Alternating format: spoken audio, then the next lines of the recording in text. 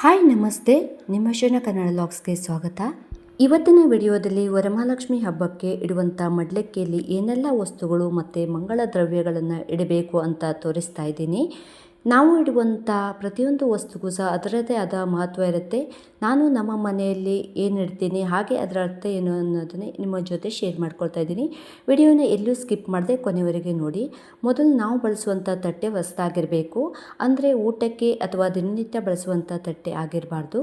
ಹೊಸದಾಗಿರುವಂಥ ತಟ್ಟೆ ಅಥವಾ ನೀವು ದೇವರಿಗಂತ ಇಟ್ಟಿರುವಂಥ ಯಾವುದೇ ಒಂದು ಪ್ಲೇಟ್ ಆದರೂ ಅಡ್ಡೆ. ನಾನಿಲ್ಲಿ ದೇವರಿಗಂತ ಇಟ್ಟಿರುವಂಥ ಒಂದು ಪ್ಲೇಟನ್ನು ತೊಗೊಂಡಿದ್ದೀನಿ. ಅಕ್ಕಿನ ನಾನಿಲ್ಲಿ 5 ಬೊಕ್ಸೆ ಅಕ್ಕಿ ಹಾಕ್ಕೊಂಡಿದ್ದೀನಿ.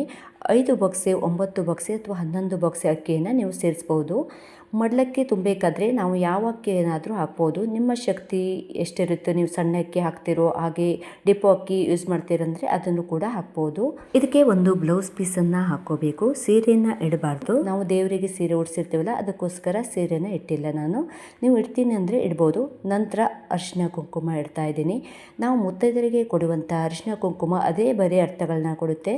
ಅರಿಶಿನ ಕುಂಕುಮ ಹಾಗೆ ನಾವು ಇಡುವಂಥ ವಸ್ತುಗಳು ಬೇರೆ ಬೇರೆ ಅರ್ಥನ ಪಡ್ಕೊಂಡ್ರೆ ನಾವು ವರಮಹಾಲಕ್ಷ್ಮಿಗೆ ಇಡುವಂಥ ಮಡಲಕ್ಕಿ ಸಹ ಬೇರೆ ಬೇರೆ ಅರ್ಥಗಳನ್ನ ಪಡೆಯುತ್ತೆ. ನಾವು ಇಡುವಂಥ ವಸ್ತ್ರದಲ್ಲಿ ವಸ್ತ್ರಲಕ್ಷ್ಮಿ ಇರ್ತಾಳೆ ಅನ್ನೋ ನಂಬಿಕೆ ಮೇಲೆ ಬ್ಲೌಸ್ ಪೀಸ್ ಅಥವಾ ಸೀರೆನ ಇಡ್ತೀವಿ. ಇನ್ನು ಅರಿಶಿನದಲ್ಲಿ ಗೌರಿದೇವಿ, ಕುಂಕುಮದಲ್ಲಿ ಮಹಾಲಕ್ಷ್ಮಿ ಇರ್ತಾರೆ ಅಂತ ನಾವು ಅರಿಶಿನ ಕುಂಕುಮವನ್ನು ಇಡಬೇಕು. ನಾವು ಇಡುವಂಥ ಬಳೆಗಳಲ್ಲಿ ಸರಸ್ವತಿ ದೇವಿ ಇರ್ತಾಳೆ ಅಂತ ಬಳೆನ ಇಡಬೇಕು. ಇನ್ನು ಹಣ್ಣು ಅಷ್ಟೇ 5 ಥರ ಹಣ್ಣನ್ನು ಇಡ್ಬೋದು ಅಥವಾ ಬಾಳೆಹಣ್ಣನ್ನು ಇಡ್ಬೋದು. ಇದರಲ್ಲಿ ಜ್ಞಾನಲಕ್ಷ್ಮಿ ಇರ್ತಾಳೆ ಅಂತ ನಾವು ಬಾಳೆಹಣ್ಣನ್ನು ಇಡ್ತೀವಿ. ನೆಕ್ಸ್ಟ್ ಇಲ್ಲಿ ನಾನು ಅಡಿಕೆ ತೋರಿಸ್ತಾ ಇದ್ದೀನಿ. ಈ ಅಡಿಕೆಯಲ್ಲಿ ಇಷ್ಟಲಕ್ಷ್ಮಿ ಇರ್ತಾಳೆ ಅಂತ ನಾವು ಅಡಿಕೆಯನ್ನು ಇಡ್ತಾ ಇರ್ತೀವಿ. ನಾವು ಏನೇ ಒಂದು ಮನಸ್ಸಲ್ಲಿ ಇರುವಂಥ ಆಸೆನ ಪೂರೈಸ್ಕೊಳ್ಬೇಕು ಅನ್ನೋ ನಂಬಿಕೆ ಮೇಲೆ ಅಡಿಕೆ ಇಡೋದ್ರಿಂದ ನಮ್ಮ ಇಷ್ಟಾರ್ಥಗಳು ಈಡೇರುತ್ತೆ ಅಂತ ಇಷ್ಟಲಕ್ಷ್ಮಿ ಇರ್ತಾರೆ ಅನ್ನೋ ನಂಬಿಕೆ ಮೇಲೆ ಅಡಿಕೆನ ಇಡಬೇಕು. ನಾನು ತೋರಿಸ್ತಿರುವಂಥದ್ದು ಪೂರ್ಣಫಲ ಅಡಿಕೆ. ನೀವು ಒಂದು ವೇಳೆ ಇದ್ದರೆ ಇಡಿ, ಇಲ್ಲ ಅಂದರೆ 5 ಬಟ್ಲು ಅಡಿಕೆಯನ್ನು ತಗೊಂಡಿದ್ದೀನಿ. ಈ 5 ಬಟ್ಲು ಅಡಿಕೆಯನ್ನು ಇಡೋದ್ರಿಂದ 5 ಬಟ್ಲು ಸುಖ ಸಿಗುತ್ತೆ. 3 ಅಡಿಕೆ ಇಡೋದ್ರಿಂದ ಸುಖ, ಶಾಂತಿ, ನೆಮ್ಮದಿ ಸಿಗುತ್ತೆ. 5 ಬಟ್ಲು ಅಡಿಕೆ ಇಡುವುದರಿಂದ ಆಯುಸ್ಸು ಜಾಸ್ತಿ ಆಗುತ್ತೆ. ಅದರ ಜೊತೆಗೆ 5 ವೀಳ್ಯದೆಲೆಯನ್ನು ತಗೊಳ್ಳೋದಿದೆ.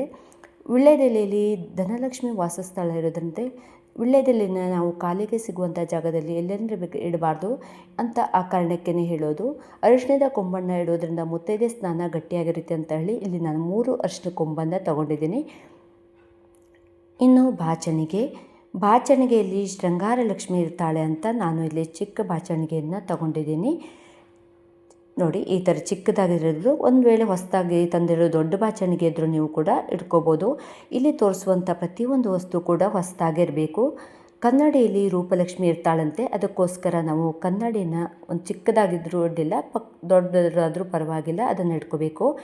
ಇನ್ನು ಕಾಡಿಗೆ ಅಥವಾ ಕಣ್ಕಪ್ಪು, ಕಣ್ಣಿಗೆ ಹಚ್ಚುವಂಥ ಕಾಡಿಗೆಯಲ್ಲಿ ಲಜ್ಜಾಲಕ್ಷ್ಮಿ ಇರ್ತಾಳೆ ಅಂತ ಹೇಳ್ತಾರೆ, ಅದಕ್ಕೆ ಕಾಡಿಗೆಯನ್ನು ಇಟ್ಕೊಂಡಿದ್ದೀವಿ. ಇನ್ನು ತುಂಬ ಜನ ಮಡ್ಲಕ್ಕಿಗೆ ಈ ರೀತಿ ಧಾನ್ಯಗಳನ್ನು ಇಡೋದಿಲ್ಲ. ನಾವು ಧಾನ್ಯನ ಇಡ್ತೀವಿ. ಯಾಕೆ ಅಂತ ಅಂದರೆ, ನಾನಿಲ್ಲಿ ಒಂದು ಚಿಕ್ಕ ಪ್ಯಾಕೆಟ್ ಅಂದರೆ ಇದು ಅರ್ಧ kg ಇರುವಂಥ ತೊಗರಿಬೇಳೆ. ನೀವು ಒಂದು ವೇಳೆ 1/4 kg ಸಿಕ್ಕಿದ್ರೆ ಇಟ್ಕೋಬೋದು. ತೊಗರಿಬೇಳೆಯಲ್ಲಿ ವರಲಕ್ಷ್ಮಿ ಇರ್ತಾಳೆ, ಅದರಲ್ಲಿ ನೆಕ್ಸ್ಟ್ ಉದ್ದಿನಬೇಳೆಯಲ್ಲಿ ಸಿದ್ಧಿಲಕ್ಷ್ಮಿ ಇರ್ತಾಳೆ, ಅದಕ್ಕೆ ಉದ್ದಿನಬೇಳೆನ ಇಡ್ತೀನಿ. ಇದರ ಜೊತೆಗೆ ಒಂದು ಪ್ಯಾಕೆಟ್ ಹೆಸರುಬೇಳೆ ತೊಗೊಂಡಿದ್ದೀನಿ. ಇದರಲ್ಲಿ ವಿದ್ಯಾಲಕ್ಷ್ಮಿ ಇರ್ತಾಳೆ ಅನ್ನೋ ನಂಬಿಕೆ ಮೇಲೆ ಹೆಸರುಬೇಳೆನ ಇಡ್ತಾಯಿದ್ದೀನಿ. ಇದನ್ನೆಲ್ಲ ಎಷ್ಟೆಷ್ಟೇ ಇಡಬೇಕು ಅಂತ ಏನಿಲ್ಲ, ನಿಮಗೆ ಎಷ್ಟು ಇಡಬೇಕು ಅನಿಸುತ್ತೆ ಅಷ್ಟು ನೋಡಿಕೊಂಡು ನೀವು ಇಡ್ಬೋದು. ನನಗೆ ಈಗ ಪ್ರೆಸೆಂಟಾಗಿ ಒಂದು ಬೆಲ್ಲದ ಅಚ್ಚನ್ನು ತೊಗೊಂಡಿದ್ದೀನಿ. ದೊಡ್ಡ ಬೆಲ್ಲದ ಜೊತೆ ಇದೆ, ಅದನ್ನು ಇಟ್ಕೊಂಡಿದ್ದೀನಿ. ಬೆಲ್ಲದಲ್ಲಿ ರಸಲಕ್ಷ್ಮಿ ಇರ್ತಾಳಂತ ಬೆಲ್ಲವನ್ನು ಇಟ್ಕೊಳ್ತೀವಿ. ಇನ್ನು ತೆಂಗಿನಕಾಯಿಯಲ್ಲಿ ಸಂತಾನ ಲಕ್ಷ್ಮಿ ಇರ್ತಾಳಂತ ತೆಂಗಿನಕಾಯಿನ ಇಟ್ಕೊಳ್ತೀವಿ. ಇನ್ನು ಇಲ್ಲಿ ಹೂವನ್ನು ಇಟ್ಕೊಳ್ತೀನಿ. ಲಕ್ಷ್ಮೀ ದೇವಿಗೆ ಪ್ರಿಯವಾದಂಥ ವಸ್ತು ಹಳದಿ ಮತ್ತು ಕೆಂಪು ಹೂವು, ಹಾಗೆ ನಾನು ಸೇವಂತಿಗೆ ಹೂವನ್ನು ಇಟ್ಕೊಳ್ತಾ ಇದ್ದೀನಿ. ನಂತರ ದಕ್ಷಿಣೆ ನೀವು ಎಷ್ಟಾದರೂ ಇಟ್ಕೋಬೋದು. 101, 201 ಹಾಗೆ 501, 51 ರೂಪಾಯಿ, ಈ ಥರ ನೀವು ಎಷ್ಟಾದರೂ ನಿಮ್ಮ ಶಕ್ತಿಗೆ ಅನುಸಾರವಾಗಿ ಇಟ್ಕೋಬೋದು. ನಾನು ಸ್ಟಾರ್ಟಿಂಗಲ್ಲಿ ಅಕ್ಕಿ ಹಾಕಿದ್ದೆ ಅಲ್ವಾ, ಅಕ್ಕಿಯಲ್ಲಿ ಶ್ರೀಲಕ್ಷ್ಮಿ ನೆಲೆಸಿರ್ತಾಳೆ. ಇದರ ಜೊತೆಗೆ ಅರ್ಧ ಹೋಳಾಗುವಷ್ಟು ಒಂದು ಕೊಬ್ಬರಿ ಎಣ್ಣೆ ಇಟ್ಕೊಂಡು ಅದರಲ್ಲಿ ಡ್ರೈ ಫ್ರೂಟ್ಸನ್ನು ನಾನು ಹಾಕ್ತಾಯಿದ್ದೀನಿ. 3 ಆಗುವಷ್ಟು ಗೋಡಂಬಿ, ಬಾದಾಮಿ ಮತ್ತು ಒಣ ಖರ್ಜೂರವನ್ನು ಹಾಕ್ಕೊಳ್ತಾ ಇದ್ದೀನಿ. ಕೆಲವರು ಒಬ್ಬೊಬ್ಬರು ಹೇಳ್ತಾರೆ 2 ತೆಂಗಿನಕಾಯಿ ಇಡಬೇಕು ಅಂತ ಹೇಳಿ.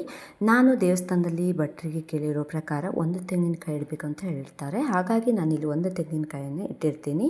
ನಿಮ್ಮ ಕಡೆ ಯಾವ ಪದ್ಧತಿ ಇದೆ ನೀವು ಹಾಗೆ ಮಾಡ್ಬೋದು. ಈ ಕೊಬ್ಬರಿ ಬಟ್ಲಿಗೆ ಯಾಕೆ ಡ್ರೈ ಫ್ರೂಟ್ಸ್ನೆಲ್ಲ ಹಾಕಿರ್ಬೋದು, ಅದು ದೇವಿಯ ಲಕ್ಷ್ಮೀ ದೇವಿಯ ಮಡಿಲು ಅಂತ ಹೇಳ್ಬೋದು. ಅದನ್ನು ಖಾಲಿ ಬಿಡಬಾರ್ದು ಅಂತ ಅದಕ್ಕೆ ಅದನ್ನು ನಾವು ಫ್ರೂಟ್ಸ್ ಆಗಿರ್ಬೋದು, ಅರಿಶಿನ ಕುಂಕುಮ ಇರ್ಬೋದು, ದವಸ ಧಾನ್ಯಗಳಾಗಿರ್ಬೋದು, ಇದೆಲ್ಲ ಮನೆಯಲ್ಲಿ ತುಂಬಿ ತುಳುಕಲಿ ಅಂತ ಒಂದು ಈ ತಟ್ಟೆಯನ್ನೆಲ್ಲ ದೇವರ ಮುಂದೆ ಇಟ್ಟು ವರಮಹಾಲಕ್ಷ್ಮಿಯ ಪ್ರಾರ್ಥನೆ ಮಾಡಿ ಪೂಜೆ ಮಾಡಬೇಕಾಗತ್ತೆ. ಇನ್ನು ಪೂಜೆ ಮಾಡಿದ ಮಾರನೇ ದಿನ ಇದ್ರ ಒಳಗಡೆ ಇರುವಂಥ ಮನೆಯಲ್ಲಿರುವಂಥ ಹೆಣ್ಣು ಮಕ್ಕಳಿಗೆ ಕೊಡ್ತೀವಿ. ಒಂದು ವೇಳೆ ಹೆಣ್ಣು ಮಕ್ಕಳಿಲ್ಲ ಅಂತ ಅನ್ನೋರು ಸೊಸೆಗೂ ಕೊಡ್ಬೋದು. ಇಬ್ಬರೂ ಇಲ್ಲ ಅಂತಂದರೆ ದೇವಸ್ಥಾನಕ್ಕೆ ಹೋಗಿ ಈ ರೀತಿ ಪೂಜೆಗೆ ಇಟ್ಟಿದ್ವಿ ಅಂತಲೂ ಸಹ ನೀವು ದೇವಿಗೆ ಅರ್ಪಿಸ್ಬೋದು. ಇದರಲ್ಲಿ ಇರುವಂಥ ವಸ್ತುಗಳನ್ನೆಲ್ಲ ನೈವೇದ್ಯ ಮಾಡಲಿಕ್ಕೆ ಉಪಯೋಗಿಸ್ಕೊಳ್ತಾರೆ. ಅಥವಾ ದೇವಸ್ಥಾನಕ್ಕೆ ಹೋಗಲಿಕ್ಕೆ ಆಗಲ್ಲ ಅನ್ನೋರು ನೀವು ಉಪಯೋಗಿಸ್ಕೋಬೋದು. ನೋಡಿದ್ರಲ್ಲ ಫ್ರೆಂಡ್ಸ್, ಇವತ್ತಿನ ವಿಡಿಯೋ ನಿಮಗೆಲ್ಲರಿಗೂ ತುಂಬಾ ಯೂಸ್ಫುಲ್ ಆಗಿದೆ ಅಂದ್ಕೊಂಡಿದ್ದೀನಿ. ಈ ವಿಡಿಯೋ ಇಷ್ಟ ಆಯಿತು ಅಂದರೆ ನಿಮ್ಮ ಅನಿಸಿಕೆ ಅಭಿಪ್ರಾಯನ ಕಮೆಂಟ್ ಬಾಕ್ಸಲ್ಲಿ ತಿಳಿಸಿ. ಹಾಗೆ ನನ್ನ ಚಾನಲ್ನ ಹೊಸದಾಗಿ ಯಾರು ನೋಡ್ತಾ ಇದ್ದರೆ ಸಬ್ಸ್ಕ್ರೈಬ್ ಮಾಡ್ಕೊಳ್ಳಿ. ಹಾಗೆ ಪಕ್ಕದಲ್ಲಿರುವಂಥ ಬೆಲ್ಲೈಕನ್ನ ಪ್ರೆಸ್ ಮಾಡಿ. ನಾನು ಹಾಕಿರುವಂಥ ಎಲ್ಲ ವಿಡಿಯೋಗಳ ನೋಟಿಫಿಕೇಷನ್ ನಿಮಗೆ ಫಸ್ಟ್ ಬಂದು ತಲುಪುತ್ತೆ. ಇಲ್ಲಿವರೆಗೂ ನನ್ನ ವಿಡಿಯೋ ನೋಡೋದಕ್ಕೆ ನಿಮಗೆಲ್ಲರಿಗೂ ಧನ್ಯವಾದಗಳು. ಹಾಗೆ ಇನ್ನೊಂದು ಉತ್ತಮವಾದ ಮಾಹಿತಿ ವಿಡಿಯೋದೊಂದಿಗೆ ನಾನು ನಿಮಗೆ ಸಿಗ್ತೀನಿ. ಅಲ್ಲಿವರೆಗೂ take care, bye bye, see you friends, thank you.